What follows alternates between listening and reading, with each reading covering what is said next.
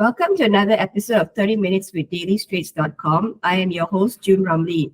Today we have a special guest, Bryan Reedy, the CEO of Gamer Advantage. So raised in Eastern Michigan, Bryan's life took a dramatic turn at the age of 10 due to type 1 diabetes diagnosis. His battle for survival, coupled with his love for Nintendo 64, profoundly impacted his perspective on health and wellness. Bryan's journey led him to Eastern Michigan University, where he studied film studies and broadcasting. He ventured into broadcasting with Detroit's pioneering FM gamer radio talk show. Although the project was short-lived, it fueled his determination, leading to a shift to finance, where he honed his skills in marketing and management. So his transition into the eyewear industry was a pivotal moment. It sparked his interest in integrating technology with eyewear. In 2018, Bryan founded Gamer Advantage, focusing on enhancing gamers' well-being through the innovative technology. As the CEO, he dedicated the developing products that support gamers in maintaining a healthy balance between gaming and rest. So thank you so much for dialing in from the US. I believe it's quite late in the evening. So how are you today, Bryan? I'm wonderful. How are you? Awesome. Thank you so much for this. I have the product. You sent this to me, I think, from San Diego, if I'm not mistaken. Mm-hmm. So thank you so much. It's great. There's also a clip-on, which you can, clip it on, but we're not doing that today. So, okay, let's start with the first question. What inspired your transition from finance to eyewear industry? So you were in a day job, okay? You worked in a day job and suddenly you had this calling. You wanted to do something completely different, which is eyewear industry. So we spoke about this, but maybe you can tell the listeners what happened, what transpired, the change. Yeah, I think the biggest thing is I was working for a Fortune 50 company, great benefits and great pay and all those things. But I kept hitting my head against the ceiling when it came to just being different. I was always bucking the processes and kind of known for not following the rules. And while I never did anything that I shouldn't when I was in finance, when I saw this opportunity to join this family business in a similar kind of management, sales, business role, I was just like, stop working for the man and work for another man, but one that's not driven by the stock market and all these other outside influences. I felt I could have more impact on a smaller business than I would be able to make visible in a large company. Okay, so what made you want to start Gaming Advantage? Were you having a Jeff Bezos moment where you decided to quit your full-time job and go into business schools? Or did you have a business plan with a business partner with some money on the side and a really well-thought plan before going into this? And did you find a gap in the market? What was the story behind Gamer Advantage? Yeah. I was making blue light eyewear for other people in my role, so selling it to them, and I just didn't love that I was doing it for other people, and I didn't love the marketing behind it. So I spent some time really researching what is blue light eyewear, how does it impact our sleep, all that stuff, and it just dawned on me that there are things that work out there. They're just not being marketed or manufactured or sold correctly, specifically to a community that I love so much. I'd be lying if I said we did any real sophisticated planning or market research. As the gamer, I knew what was out there. I knew what the options were. I was confident that we were just going to do it our way. And I didn't really care what everybody else was doing because that would have forced me into a category that I wasn't interested in going into. So we just kind of against all odds started it. And did it with what was in my head, and I just advocated for it along the way. And once the product started getting out and people were buying it, and they were like, "Oh my God, it does actually work! That's crazy!" And still to this day, our return rate's 2%. So once we got the product out, that's when it started to really form into a real business. And I would say at that point, then yes, we started to put together some plans. I mean, it was one piece at a time. We were slowly but surely putting the business together. It was not a well-organized business plan with a 12-month outlook where we went to somebody and said, "Hey, we need to raise all this money. Here's the proposal." That we didn't go through any series rounds, any funding in that manner. We don't have any silent investors. These are the two owners, myself and my business partner of Gamer Advantage, are strategic and active, and I have a full-time role in the company to match that. So what was the first MOQ? Like, what was the minimum that you got the first round? And also, right, did you sell it on a website, your own website, or was it on like a partner with Amazon or somebody that's already has a clientele? No, it was our website exclusively right in the beginning, and we built the business and drove the traffic through our partnership program by partnering with Twitch streamers and YouTube vloggers and all sorts of different people who create content, and showing them what we have and trying to create an arrangement in which they could go out and advocate for our product. That kind of launched us. We did come out with a really interesting product right before COVID, that it was an anti-fog spray that I intended for people who wear glasses inside of VR headsets. And because everything we come out with had to work, in my opinion, it couldn't be like rooted in this BS snake oil. Our anti-fog worked really well. And when the pandemic hit, after about 12 months, we became the #1 selling anti-fog spray in the country. So that was through Amazon. It would have never happened. I mean, there were points in the day we were selling 5,000 bottles a day during peak pandemic. But when it comes to the eyewear, it was as guerrilla as it gets. It's as, people who weren't gamers were buying the anti-fog, but to earn the trust of somebody in this community, I knew what it would take to earn my trust. Like, you're telling me to buy $100 pair of glasses, like it's going to make me a better gamer. I'm like, okay, like I get it.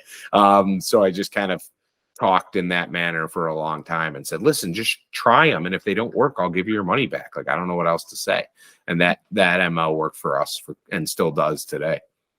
So what was the initial investment that you and your business partner put in? Yeah. So the two biggest investments we had, which were both not mistakes, but done in the wrong order, is we partnered with a nonprofit to launch the product at one of their events and did like a $50,000 sponsorship, which I later learned in business, the best strategy is big sponsorships come with big revenue, even if they are charitable donations. It was a good way to start off, and it was a good way to like be live with people and get them to test our product. But that was the first expense. And then the packaging, I spent way too much money. I had this crazy vision for the packaging. It was this beautiful box with magnets on it and this acrylic stand. And I mean, it was gorgeous, but it was expensive. And a funny side note is it weighed 1.01 pounds, which put it into a different class of shipping, which ended up costing us way more money than we thought.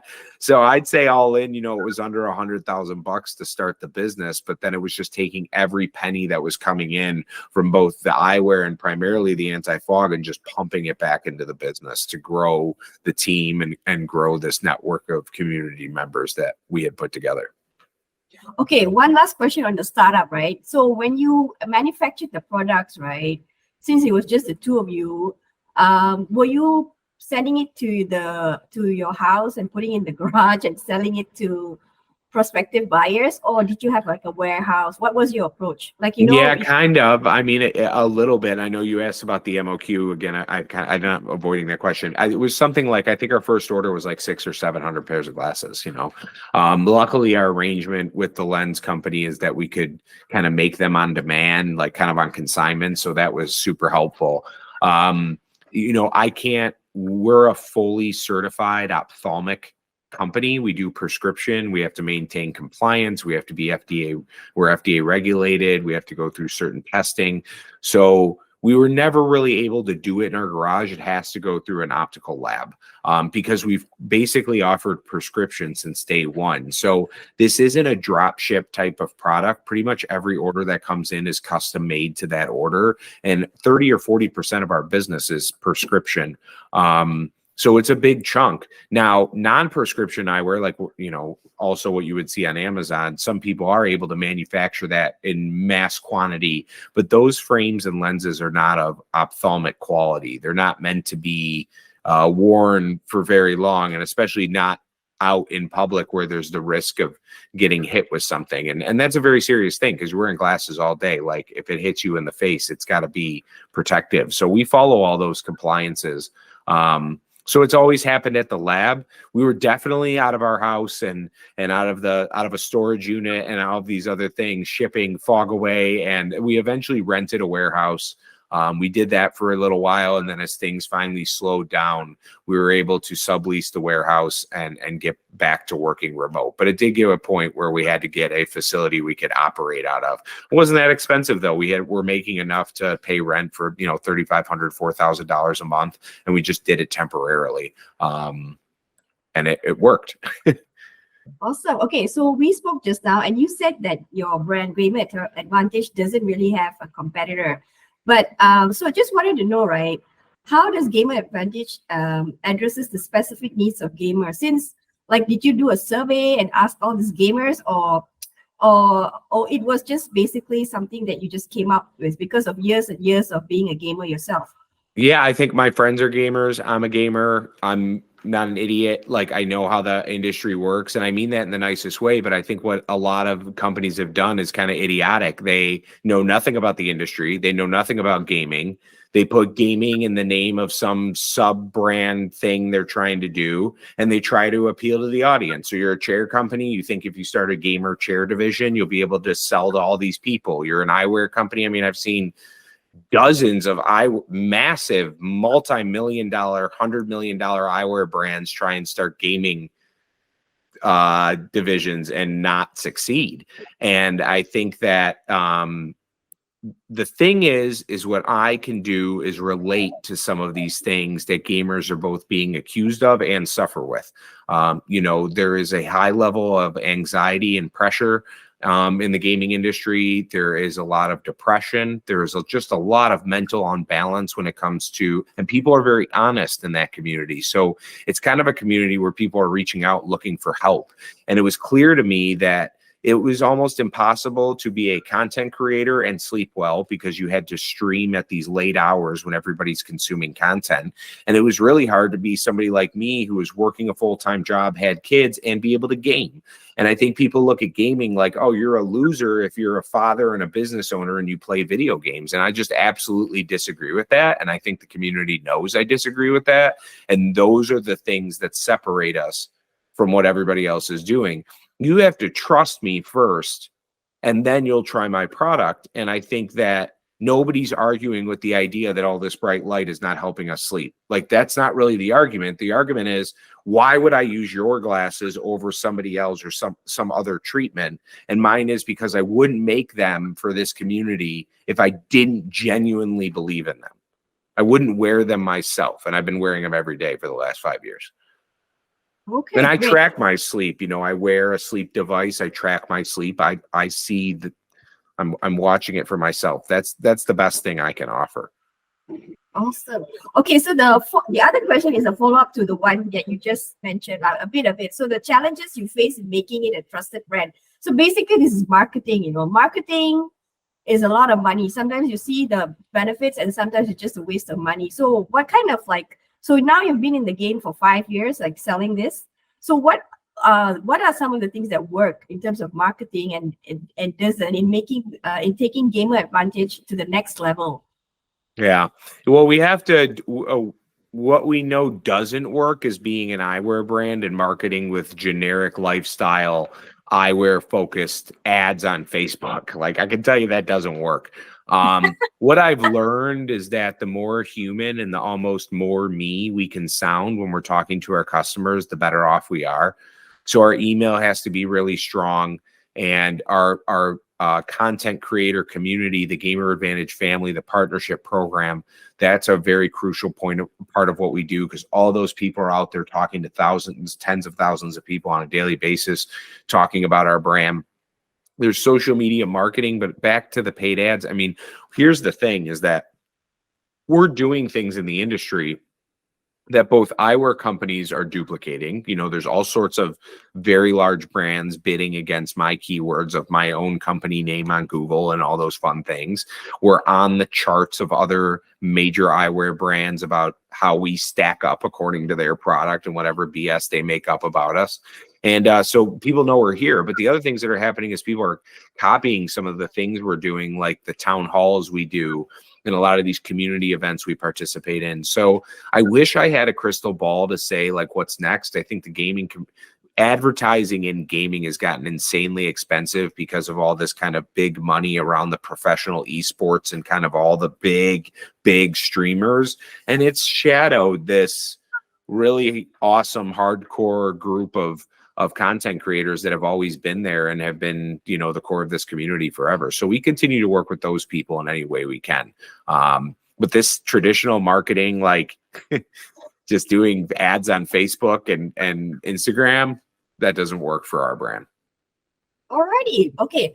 So innovation and practicality. So how do you balance it with your product? So you did show us the fact that, the tips, they ban, right? So what other things are coming in like for 2024? Well, like I said, everything has to be comfortable. The technology for the frame is just a holder for this amazing lens that we've created. I mean, I've added these things to make the best possible, most durable frame that I can for somebody for the best possible price. I think what you've seen from us over the last several months is this growth in our lens offering. So we have a focus lens, we have a sleep lens, we have a dream lens. We're working on other lenses that help with other things, but where we're focused right now is just continuing to spread that core message for gamer advantage, because while we've been very successful, there are still a lot of gamers that we can help. So we're trying not to get too distracted with new styles and new this and new that, because what we need to do is continue to grow our reach when it comes to this frame that I'm wearing, the frame that you're wearing. It always has been our flagship product. And I don't think there's any reason to, this is a stretch, but in our sake, reinvent the wheel. Great. So how many SKUs do you have under your brand? Oh God. Too many. We have to stock. So when you talk about SKUs available on our website, I think we have, 8 different styles, some in 5 different colors. We have hundreds of SKUs on our website with all the accessories that we have and the apparel that we have.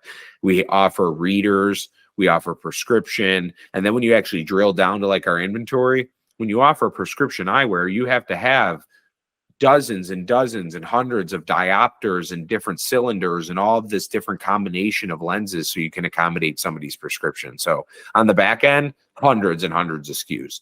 Customer facing, probably under 100, but with the combinations of this color frame and this lens, is it dream and is the frame red? Is it focus and is the frame blue? There's just really an endless amount of combinations of stuff you could probably purchase on our website. So you don't have a problem of unsold stock, right? Because of the different kind of SKUs that you have. No, not really. We've definitely had styles that are duds. There's no doubt about it. But we've done enough volume and developed a good enough relationship with our frame manufacturers that we can really handle the basic MOQ of any style and sell through it. It's just, will we restock it? And what we found time and time again is people want a subtle, nice frame. They don't want bright pink. They might tell you they want bright pink because they think it would be so cool to have bright pink. But then when it comes to actually buying it and wearing it every day, it doesn't, unless it's part of their get up for their character or whatever personality they're being. But for the most part, everybody says, oh, you should come out with a bright red frame. And oh, okay, should I? Because my years in optical tell me that's what everybody says, but nobody actually buys. So we've done it. We've done it just to show people all right, fine, here, you want it, here it is. And you kind of know what you're going into before you do it. So we really haven't shot ourselves in the foot too bad on that kind of stuff. Okay, awesome. So what role does your personal health journey play in your company's vision? So I did talk about you having that, thing, diabetes type 1. So how did this, is there any connection or anything in that sense? Yeah, I've been a gamer my whole life. And like you said in the beginning, they were using video games as a form of therapy when I was in the ICU recovering from a very near-death experience in my diagnosis. And, being 10 years old and having to take 4 injections a day and prick your finger, 5-10 times a day and go back to school. And, video games were definitely a huge piece of recovery from that. Fast forward, I'm 37 years old. I've been diabetic 27 years. I'm in the best shape of my life. I work out 3 to 4 times a week. I watch what I eat. I'm not perfect. As a type 1 diabetic, I have problems all the time, but I'm not losing feet or eyesight. I don't even wear prescription. These are non-prescription glasses. I'm very fortunate where I am, and I think a lot of it has to do with this continuous progress I'm trying to make. I didn't always sleep well. I mean, God's sakes, I used to smoke. Like, you know, there's so many things that I've learned that you don't realize how big of a difference they make until they do it. And I think it was about 4 years ago or so when I really started taking exercise seriously. And I'm not talking the BS like I walk my dog. Like, that's not it. I'm talking like actual raising your heart rate, you know, real calibrated workout. And after doing that for about a year, I was like, okay.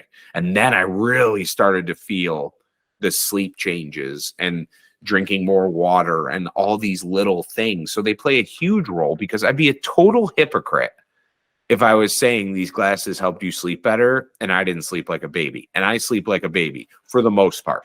Of course, we all have our moments. I got 2 little kids, you know, it happens. But I sleep good, and I credit part of it, not all of it, but I definitely credit a big part of it to this eyewear we've developed. But I also credit it to the other things that you have to do in your life to maintain your wellness. And I'm an advocate of those things too, but I can't sell everything, you know? Alrighty. Okay. So, okay, how do you see the intersection of gaming and wellness evolving? So, okay, gamers get a lot of hate from the public because you're sitting at home in front of the TV and you're playing games and you're not going out and, you know, doing all the activities like, you know, going for exercise and all that. So, but gaming is also a very important industry. It's a $1 billion industry. So there's no way this is going to go away. So basically, how can the two evolve, you know, together in a nice Well, it way? has to. I mean, it's, you know, the industry's worth hundreds of billions of dollars. And I think, like, the thing is, you incorporate things like MetaQuest and, you know, Ring Fit and these things that make you active. And that's great. But the reality is being sedentary isn't good. So sitting at your desk for your job is equally bad as gaming. And the other thing, watching TV, doing homework on your laptop, those are all sedentary events. So I think what's important to realize is it's not gaming. Gaming has nothing to do with what's going on with your health. It's how you spread your day out. You know, if you're working all day sitting down and then you game all day sitting down and you do everything sitting down, like, yeah, it's going to be negative, but it wouldn't matter if you replace gaming with watching Netflix. And what I see a lot, you know, specifically in parents is, oh, they don't want their kid to game, but it's okay if their kid is watching TV. And it's like, or it's okay, the kid is doing homework until 2:00 in the morning. And it's like, listen, what's on the laptop screen is irrelevant to the impact it's having on their health. So I think that there's been an intersection. I think there's been a lot of lip service from a lot of major brands in the gaming space saying they're advocates for wellness, and they haven't done jack. I think the focus has been too much on the fame and glamour, and we haven't given real consideration to the fact that the average esports player probably retires at the age of 22.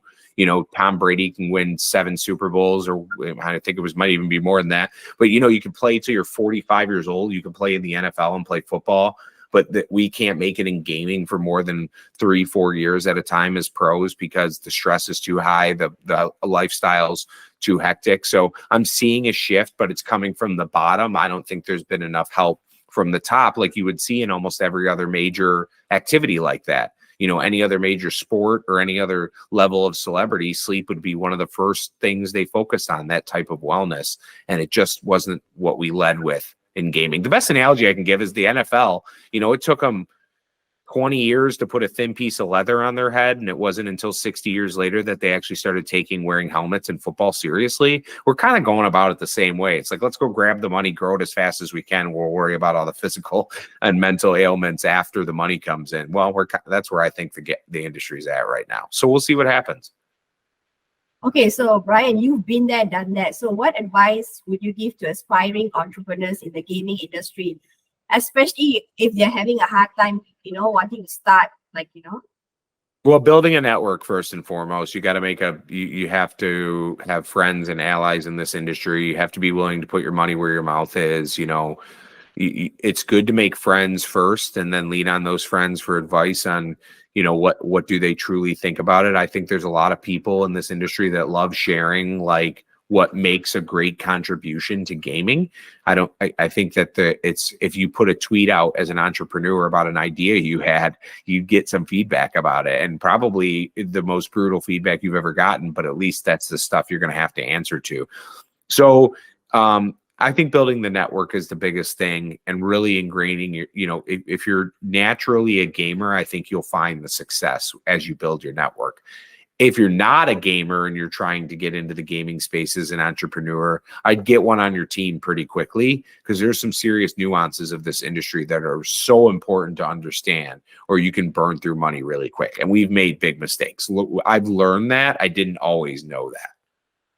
You mentioned about the tweet thing and writing your ideas down. Some people are afraid to share their ideas because they're scared they'll get stolen. Do you have any comments on that? I mean, listen, if you never do it, what's the difference, right? Rather somebody steal it and actually go do it than you just sit on it and not share it with anybody. I mean, I get it, and I think you have to figure out what stage you're in, but most people aren't motivated enough to do that anyway. So I think that you have to, if you're not going to publicly manifest it, you have to do it for yourself. I mean, there's nothing else that's ever going to do it for you. So you get to a point where it's just really, you're like, F this, we're doing it. I don't know what, you have to pull that one eventually. You cannot dip your toe. Here's the problem with entrepreneurs, in my opinion, is that there's two kinds of entrepreneurs. There's the one that understands that when you invest $100,000 in something, you don't collect a paycheck until you make that $100,000 up. And then after that, hopefully there's money left to put food on your table. But the entrepreneur that you might see in gaming has a little bit of a sense of entitlement sometimes, where it's this idea, it's like, well, I'm willing to do it, but only if there's some kind of guarantee. Only if I'm confident or absolutely assured it's going to be successful. And that doesn't exist. And if that's your mentality going into it, that you need some type of assurance, then forget it. If you're willing to risk it, then you probably have something. Okay, great. Okay, so what are the future plans for Gamer Advantage? So, maybe you can talk about the first quarter of 2024. Do you have any new SKUs, any new collabo, anything? Yeah, I don't think, I mean, we, first quarter of 2024 is going to be a focus on getting back to that community-based content, that origin story-driven content. We have some changes that we need to make, given that 2023 was a tough year, a down year for us versus what it was the year before. But I think, we're dealing with inflation, and we're dealing with a lot of things that impacted the business. I mean, we have plenty of meat left on the bone for sure at Gamer Advantage, but I think we have to tighten our belts a little bit and make sure that we're not the ones who are as impacted by some of these events that are both happening specifically in the gaming industry and externally, just in the economy in general. And we're prepared to continue to ride that wave. So I hope there's a correction coming for a lot of people in the United States right now. I mean, it's kind of a messed up financial situation. Interest rates are very high. Cash is king. It's tough. And so I don't think we want to take any big swings or go too crazy at a time where there might not be a chance to recover if you put yourself in that situation. And that's the kind of guy I am. I'm a risk it kind of guy. And right now is a really dangerous time to risk too much, in my opinion. Also, okay, so final question. So it's a really nice question. It's something that I would ask: personal gaming experience that has been particularly meaningful to you. All right. Playing Red Dead Redemption 2. I played through the whole story of Red Dead Redemption 2. Depending on how you play the character, it changes the outcome. You can be bad, you can be good, those kinds of things. And I just thought the story mode was so impactful and amazing. And even more importantly to me, the soundtrack was just epic. I just love the music. I cried at the end when the character died at the end of the game. And I just never really had that level of, I mean, I've had some emotional feelings in games, but I've never felt that way about Mario dying or anybody else. But when that guy died, and he had this revelation at the end, his lines were better than most movies I see. And it really helped me. It was at that moment that what I realized is I probably played that game for 80 hours to beat that game. I paid $60 for it. and got 80 hours worth of value that I would put hand in hand, hour per hour, is just as valuable as any movie I've ever seen. So, you pay $20, $30 to go to a movie. It's 2 hours long. You pay $60, get 80 hours of entertainment plus a soundtrack out of a game that you can be so immersed in. It's like you're there. Nothing. I mean, that was one of the best experiences I ever had in video games. Awesome. All right. And to wrap up, Bryan, it's been an absolute pleasure having you on the show. Your journey from battling a health crisis to leading a successful tech-focused eyewear brand is truly inspiring. So thank you so much for sharing your insights and experiences with us. And any final words or anything that you'd like to say? No, I appreciate the opportunity. If you want to follow us, you can find everything is at Gamer Advantage. Twitter is definitely our most popular channel. Sometimes you'll catch me streaming, but that's pretty random. So no, I appreciate the opportunity to be here, and we appreciate if you'd give us a chance when you're thinking about how can I sleep a little bit better so I can game a little bit better. Awesome. To our listeners, thank you for tuning in to 30 Minutes with dailystraits.com. So Gamer Advantage just ships to Australia, and I will put the link below. So stay tuned for more engaging conversations in our upcoming episodes. Thank you.